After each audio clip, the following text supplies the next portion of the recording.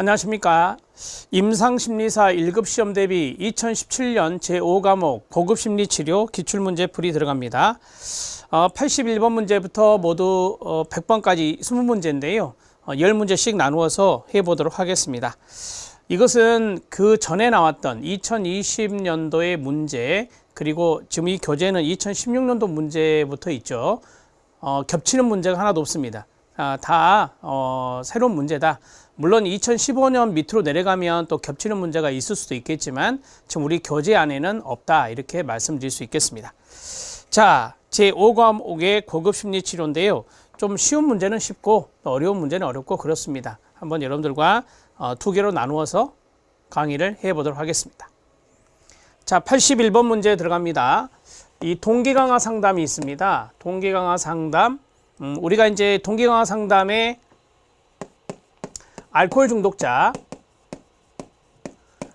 알코올 중독 치료와 같은 어떤 중독 치료가 이제 대표적인 사례가 됩니다.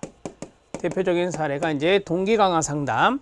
한마디로 말씀드리면 내담자의 변화 동기를 강화시키는 겁니다. 내담자의 변화 동기.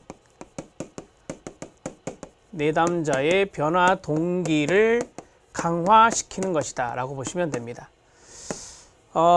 여러 가지 이제 변화 동기를 강화시키기 위해서 여러 가지 내용들이 있겠죠. 그 원리도 있겠고, 그러한 것들이 이제 문제로 출제가 됐네요. 철학과 그에 따른 상담 행동을 이끌어내는 네 가지 원리가 나왔어요. 그 네 가지 원리가 바로 요건데요. 공감 표현하기, 불일치감 발전시키기, 저항과 함께 구르기, 그 다음 자기 효능감 지지하기입니다. 자, 네 가지 원리의 암기법을 두 문자 암기법으로 하면 공불, 그 다음 저효, 이런 식으로 외우셔도 됩니다. 공불, 저효. 이 공불, 효, 저 하셔도 되고, 뭐 여러분들이 그건 알아서 좀 입에 딱 붙은 말로 바꿔서 해보세요. 공감 표현하기, 불일치감 발전시키기, 저항과 함께 구르기, 그 다음에 자기 효능감 지지하기입니다. 이렇게 해서 네 가지 원리는 외워 놓으셔야 됩니다. 이게 박스형으로 기역, 니은, 디귿, 리을로 나올 수도 있어요. 그래서 여러분들이 외워 놓으시는 게 좋다. 자, 이렇게 보시면 되겠고요. 자, 그 다음에 이제 그 네 가지 원리 중에서 여기 나오네요. 변화를 위한 논쟁을 해서는 안 된다. 이것을 의미하는 게 뭐냐라고 했어요. 논쟁을 하지 마라. 우리가 이제 논쟁할 때 왜 논쟁을 하느냐? 저항할 때 논쟁하죠. 내담자가 저항을 한다. 그러면 그때 상담자가 잘못된 방법의 하나로 논쟁을 할 수가 있어요. 그래서 그 논쟁하지 말고 저항과 함께 구르기라고 돼 있어요. Rolling with resistance라고 돼 있는데, 한마디로 말씀드려서 이 저항감을 감소시키기 위해서 잘 들어주는 겁니다. 잘 들어주면서 저항감을 줄여나가는 노력, 그런 것들이 바로 논쟁을 하지 않는 방법이 되겠죠. 자, 답을 3번으로 처리하시면 돼요. 논쟁을 해서는 안 되는 이유가 바로 이제 저항이라고 하는 것을 감소시키기 위해서는 논쟁보다는 잘 들어주는 게 좋다. 내담자의 진술을 잘 들어주는 게 좋다. 이렇게 정리하셔도 됩니다. 자, 공감을 표현한다라고 했어요. 우리가 이제 이 공감, empathy라고 돼 있잖아요. 공감은 감정적인 부분이거든요. 그래서 이 감정을 수용하는 겁니다. 감정을 수용하고 그러한 감정을 존중해주는 이러한 것들이 바로 이제 공감 표현하기다, 이렇게 말할 수 있습니다. 자, 이 불일치감을 발전시킨다라고 했어요. 여러분, 이 불일치감이라고 하는 것이 뭐와 뭐가 일치하지 않는다라고 하는 거잖아요. 자, 우리가 이제 알코올 중독과 연관성이 있으면 이 사람의 이제 가치관이 있을 거 아니에요. 이 사람의 가치관과 이 사람의 행동이 있을 건데, 그것이 서로 일치되지 않는 것을 부각시키는 거예요. 부각을 시켜서 그 사람에게 변화 동기가 나타날 수 있도록 하는 거거든요. 이걸 좀 더 설명해 드리면, 내담자의 행동이란 것이 있고 내담자의 가치관, 신념이란 게 있는데, 이게 서로 일치되지 않는 것을 알게 하는 거예요. 이것을 인식시키는 거죠. 이것을 인식시켜서 변화 동기를 유발하는 거예요. 변화 동기를 유발시키는 거다, 이렇게 보시면 되겠습니다. 이렇게 정리하시면 돼요. 자, 그 다음에 자기 효능감을 지지한다라고 했어요. self-efficacy가 반두라가 말하는 자기 효능감 아닙니까? 그래서 무엇인가 목표 행동을 위해서 뭔가를 수행하려고 했을 때 바로 이제 이런 것들을 지지해 주는 거예요. 어떤 수행 경험이 있다. 내담자의 어떤 수행 경험이 있다. 이 수행 경험은 목표로 나아가는 행동이에요. 목표 행동을 수행하는 거예요. 목표 행동을 수행하는 것이 나타났을 때 그것을 지지해 주는 것이다 라고 보시면 돼요. 자기 효능감이 바로 그런 거니까 내가 어떤 목표를 달성할 수 있다, 어떤 목표를 위해서 이걸 수행할 수 있다 라고 하는 믿음과 신념, 이런 것들이 자기 효능감인데, 그러한 것들이 나타났을 때 지지와 격려를 해주는 것이 바로 자기 효능감 지지하기다, 이렇게 생각하시면 됩니다. 자, 우리가 이제 동기 강화 상담의 대표적인 학자가 있어요. 대표적인 학자가 밀러이죠. 밀러. 그 다음에 롤릭과 연관성이 있으니까 이것도 하나 적어 놓으시면 좋겠습니다. 자, 이 정도 하면 되겠죠, 여러분? 답은 3번입니다. 3번은 변화를 위해서 논쟁을 해서는 안 된다. 여기다 쓸게요. 논쟁하지 마라. 진술을 잘 들어주면서, 내담자의 진술을 잘 들어주면서 저항을 감소시켜라. 이게 더 도움이 된다. 이렇게 정리할 수 있겠습니다. 자, 답은 3번입니다. 자, 82번 문제는 이쪽에 사례 문제인데, 부모가 자녀의 잘못된 행동을 줄이기 위해서 회초리를 들었어요. 이게 이제 정적 처벌이라고 하잖아요. 정적 처벌에 해당되는 것입니다. 행동적 기법 중에 하나, 답은 3번이 되겠습니다. 정적 강화, 그 다음에 부적 강화, 이런 게 있는데, 정적 강화는 긍정 행동의 증가를 위한 거죠. 여기도 부적 강화니까 긍정 행동의 증가를 말하는 거죠. 벌은 부정적 행동의 감소를 위한 거예요. 부정 행동의 감소를 위해서 벌을 주는 겁니다. 마찬가지. 부정 행동의 감소를 위해서 처벌을 하는 건데요. 자, 여기서 우리가 정적하면 주는 거고요. 부적하면은 제거하는 거예요. 그래서 정적이란 말을 썼기 때문에 긍정 행동을 증가시키기 위해서 뭔가를 줘야죠. 강화물을 주는 겁니다. 강화물 준다. 자, 긍정 행동을 증가시켜서 부적, 뭔가를 제거해야 돼요. 아이가 긍정적 행동을 하기 위해서는 아이가 싫어하는 걸 제거해 줘야죠. 혐오물을 제거하는 겁니다. 아이가 정말 싫어하는 숙제가 있어요. 그것을 제거해 주면은 긍정 행동이 올라가겠죠. 자, 여기 회초리가 있죠. 회초리. 이거는 혐오물이잖아요. 혐오물을 주는 겁니다. 정적이니까. 부정적 행동을 감소시키기 위해서 혐오물을 준다. 자, 그러면 부적 처벌은 뭘까요? 부적 처벌은 좋은 걸 뺏어야죠. 아이에게 용돈을 주지 않습니다. 그럼 아이가 잘못된 행동을 줄이겠죠. 네, 강화물을 제거합니다. 네 가지 다 설명해 드렸습니다. 개념적인 부분들을 알아야 또 사례 문제를 푸시니까요.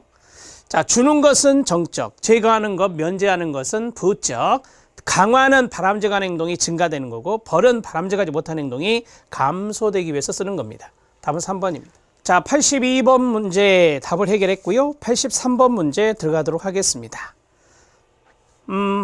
81번 문제의 해설 있잖아요. 81번 문제 해설 실력 따지기 나왔는데, 요거는 제가 앞에서 설명을 하나씩 해드렸기 때문에 넘어가도 되겠죠? 한번 읽어보시면 이해가 되실 겁니다. 자, 이제 82번 문제에 실력 따지기가 있는데 도표로 정리가 돼 있어요. 이 도표 내용에서 제가 여기서 하나씩 써드렸잖아요. 그 내용들을 이해하시는 게 더 좋습니다. 그래서 정적 강화라고 하는 것은 칭찬과 상금을 주는 거고요. 정적 벌이라고 하는 것은 말씀드린 대로 청소를 시킨다든지 회초리를 든다든지 이런 거죠.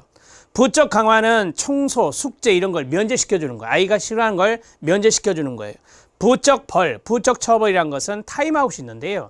타임아웃은 재밌어 하는 것을 잠깐 동안 못하게 하는 거예요. 되게 타임아웃은 일시적인 강화 중지거든요. 그래서 예를 들어서 형이 동생을 막 때려요. 바람직하지 못하잖아요. 그럴 때 형이 좋아하는 컴퓨터 게임을 못하게 하는 거예요.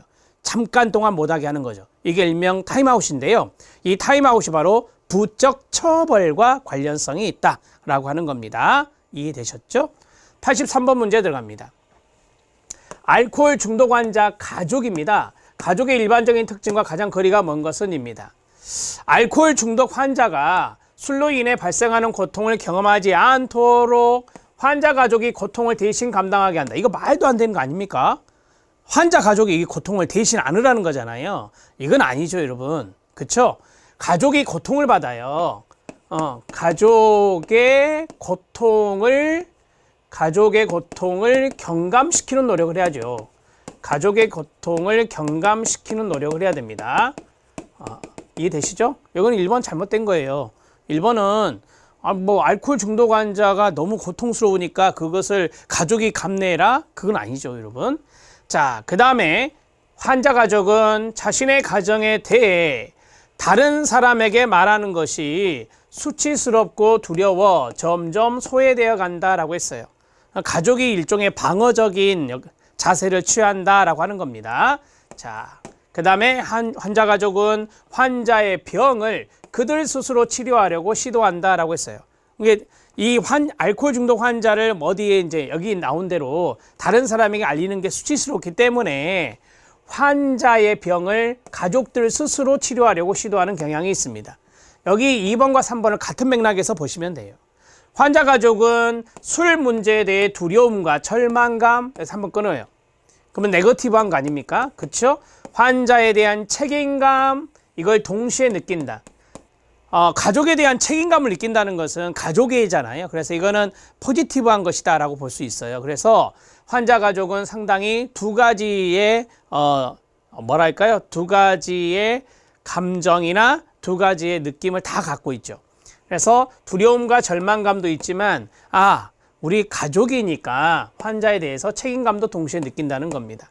답을 1번으로 처리하시면 되겠죠.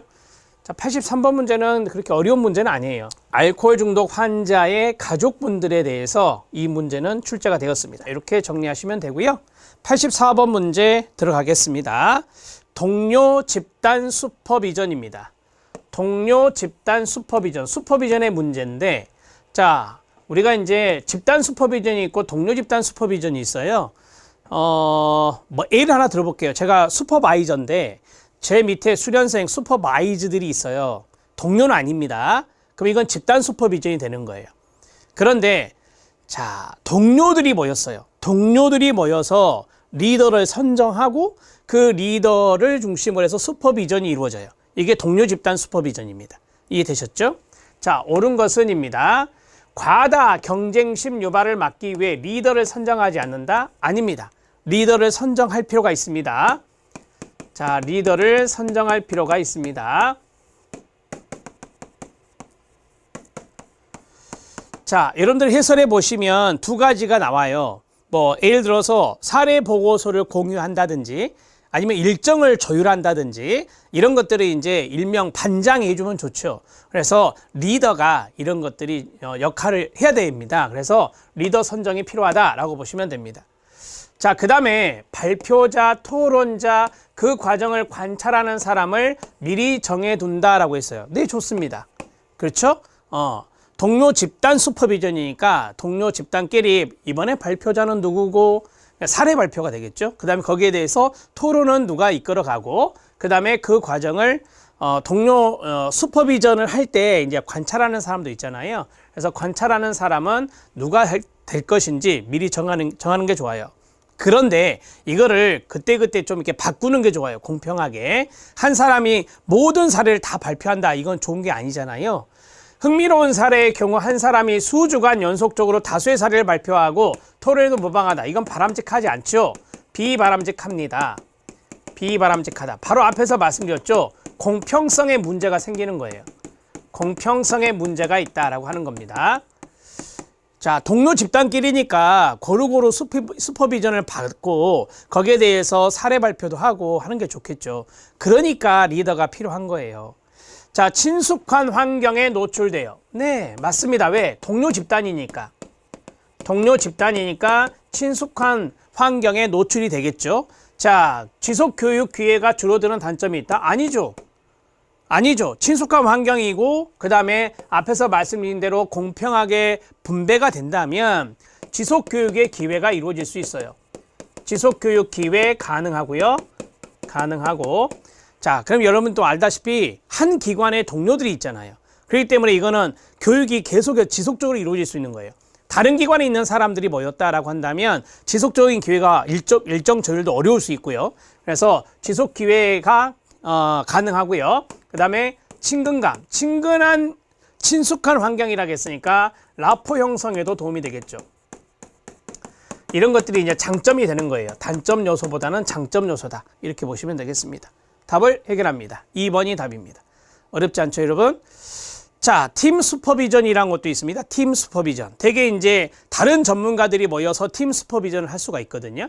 그래서 팀을 이룬다라고 보시면 돼요. 뭐 예를 들어서 어떤 사람은 임상심리사고, 어떤 사람은 사회복지사고, 어떤 사람은 간호사다. 정신건강 영역에 이런 분들을 정신건강 전문 요원들이라고 하잖아요. 이런 분들이 서로 팀을 이루어요. 어떤 정신질환자 한 사람을 두고 팀을 이루어서 슈퍼비전을 할 수가 있어요. 이걸 팀 슈퍼비전이라 합니다. 물론 1대1 슈퍼비전도 있죠. 슈퍼바이저 1명, 슈퍼바이지 1명, 수련생 1명. 그래서 1대1 슈퍼비전도 있고요. 슈퍼비전이 여러 가지의 형태가 있습니다. 자, 답은 2번입니다. 85번 문제 들어가겠습니다. 이것도 슈퍼비전이네요. 슈퍼비전을 효과적으로 활용하는 방법입니다. 자, 틀린 것은입니다. 우리가 이제 슈퍼비전 하면 슈퍼바이저와 슈퍼바이지가 있습니다. 우리가 슈퍼바이지를 일명 수련생이라고 말해요. 수련생이라고 말하고, 자, 슈퍼바이저를 지도감독자라고 말을 합니다.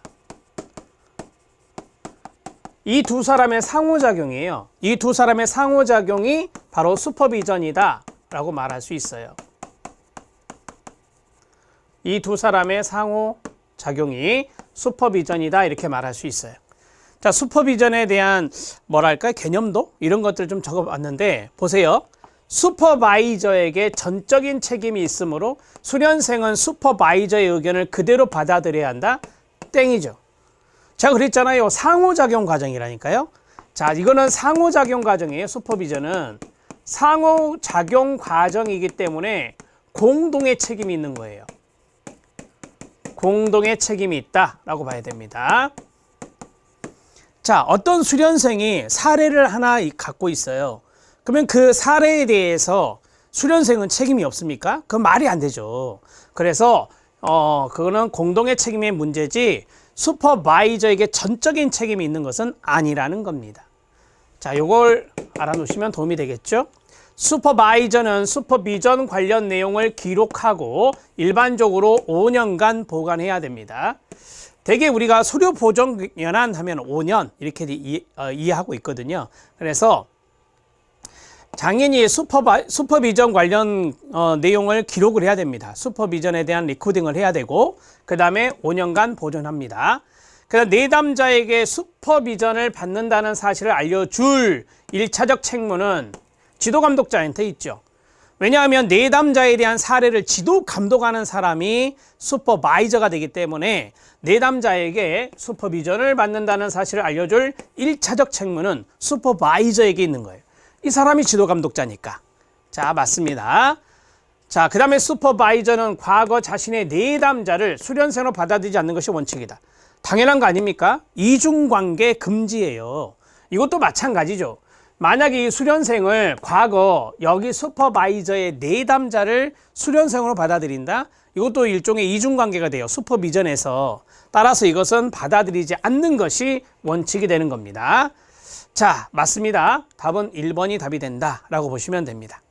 자, 정리가 됐죠? 85번 문제, 슈퍼비전의 문제입니다. 제가 생각할 때 고급 심리치료에서 슈퍼비전에 대한 문제는 한 문제 정도 출제됩니다. 그래서 꼭 알아놓으시고요. 이제까지의 슈퍼비전에 대한 문제들이 종종 있었거든요. 그 내용들을 한번 전체적으로 쑥 훑으시는 것도 도움이 될 겁니다. 문제가 다양해요. 다 틀리거든요.